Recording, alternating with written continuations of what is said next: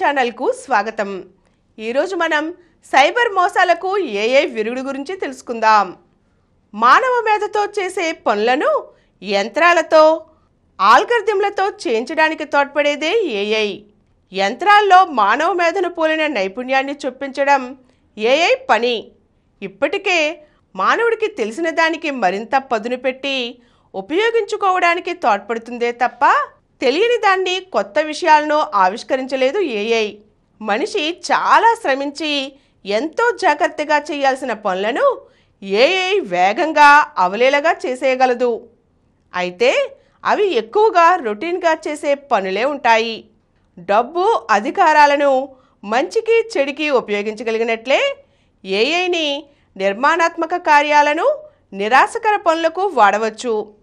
ఈ కార్యక్రమంలోనే సైబర్ నేరగాళ్లు జనాన్ని లాఘవంగా దోచుకోవడానికి ఏఐని దుర్వినియోగం చేస్తున్నారు. అయితే ఇలాంటి నేరగాళ్ల ఆట కట్టించడానికి కూడా కృత్రిమ మేధ ఎంతో ఉపయోగపడుతుంది. కేంద్ర టెలికాం విభాగంలో వైర్లెస్ ప్లానింగ్ సమన్వయ విభాగ చట్రం కింద రేడియో ఫ్రీక్వెన్సీలను కేటాయించే స్థాయి సలహా సంఘం ఒకటి ఉంది. అది టెలికాం స్పెక్ట్రమ్ నిర్వహణకు అనుమతుల ప్రక్రియ వేగవంతానికి ఏఐని ఉపయోగిస్తోంది. భారతదేశంలో వైర్లెస్ సర్వీసులకు గిరాకీ పెరిగిపోతున్న సమయంలో సాక్ఫా తన బాధ్యతను సమర్థంగా నిర్వహిస్తోంది. దేశంలో వినియోగదారుల సంఖ్య ఎక్కువగా ఎక్కడ ఉందో నిర్ధారించి అక్కడ కొత్త సెల్ టవర్ల ఏర్పాటుకు ఏఐ తోడ్పడుతోంది. టెలికాం టవర్ల పరిస్థితి ఎలా ఉందో కనిపెట్టడానికి ఏఐ చోదిత డ్రోన్లు ఉపకరిస్తాయి. స్మార్ట్ స్పెక్ట్రమ్ మేనేజ్మెంట్కు ఏఐ కీలకంగా పనిచేస్తోంది. విమానాశ్రయాల దగ్గరలో ఎంత ఎత్తులో టవర్లు నిర్మించాలో ఏఐ సలహాలిస్తోంది. తద్వారా విమాన ప్రమాదాలను నివారిస్తోంది. నెట్వర్క్ పనితీరు సమర్థంగా ఉండేలా చూడటానికి, విద్యుత్ కోత అంతరాయాలను గుర్తించి ముందే హెచ్చరించడానికి, నివారించడానికి కూడా ఏఐ తోడ్పడుతోంది. ఖాతాదారులకు ప్రత్యేక సేవలు అందించడమే కాక వైర్లెస్ నెట్వర్క్లపై సైబర్ దాడులను అడ్డుకుంటోంది. ఫోర్జరీని, నకిలీ పత్రాలతో ఫోన్ కనెక్షన్లు తీసుకున్న వారిని వేగంగా కనిపెట్టడానికి టెలికాం విభాగం ఏఐ బిగ్ డేటాలను ఉపయోగిస్తోంది. 2025 ఆగస్టులో అలా 82 లక్షల కనెక్షన్లను గుర్తించి తొలగించింది. సైబర్ నేరగాళ్లు భారతీయ ఫోన్ నెంబర్లతో విదేశాల నుంచి కాల్స్ చేసి మన వాళ్లను మోసగిస్తున్నారు. ఆ కాల్స్ను గుర్తించి నిరోధించే పద్ధతిని టెలికాం సర్వీస్ ప్రొవైడర్లు రూపొందించారు. ఇలాంటి నేరాలను నివారించడానికి టెలికాం విభాగం డిజిటల్ ఇంటెలిజెన్స్ ప్లాట్ఫామ్ని ప్రారంభించింది.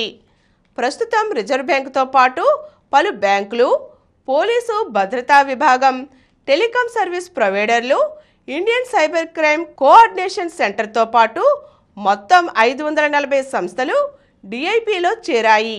సైబర్ నేరాల గురించి హెచ్చరించడానికి టెలికమ్యూనికేషన్ల విభాగం టెలికాం సెక్యూరిటీ ఆపరేషన్స్ సెంటర్ TSOCని నెలకొల్పింది. ఫిషింగ్ కాల్స్, నకిలీ SMSలను నిరోధించడానికి ఏఐ మెషిన్ లెర్నింగ్లను ఉపయోగించవలసిందిగా ట్రాయ్ టెలికాం కంపెనీలకు సూచించింది. 2029 జనవరి 10న ప్రారంభమైన I4C సైబర్ నేరాలపై పోరులో పోలీసు, ఇతర భద్రతా సంస్థలతో చేతులు కలిపి పనిచేస్తోంది.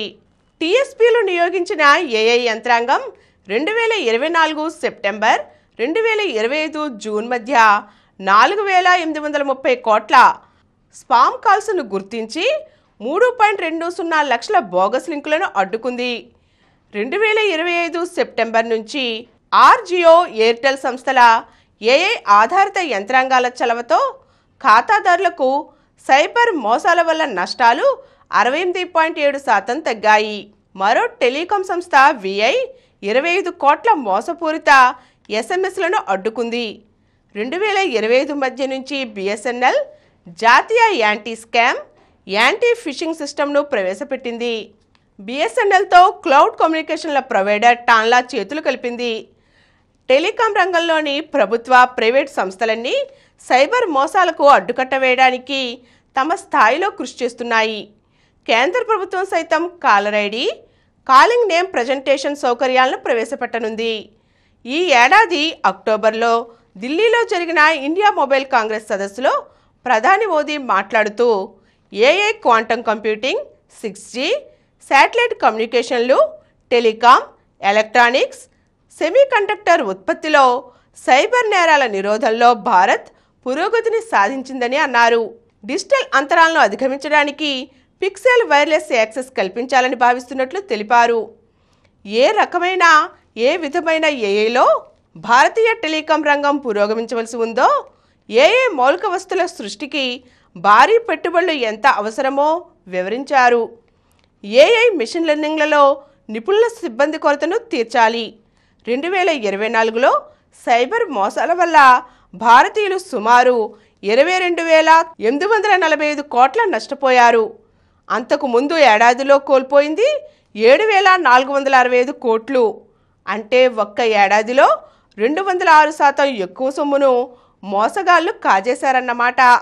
పరిస్థితి ఇలాగే ఉంటే ఈ ఏడాది భారతీయులు నష్టపోయే మొత్తం 1.2 లక్షల కోట్లకు పైగానే ఉంటుందని కేంద్ర హోంశాఖ తెలిపింది.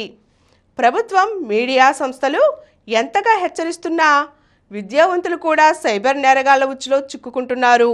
ఇలాంటి మోసాలను ముందుగానే గుర్తించి నివారించడానికి ఏఐని మరింత సమర్థంగా ఉపయోగించవలసిన అవసరం ఎంతైనా ఉంది.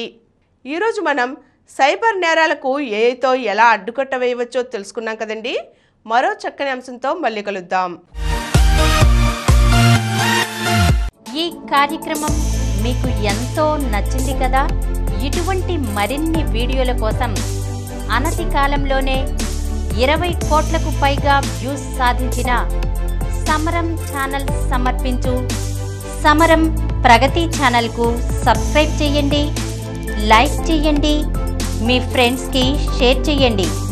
అలాగే ప్రక్కనున్న గంట సింబల్ని ప్రెస్ చేయడం మర్చిపోకండి.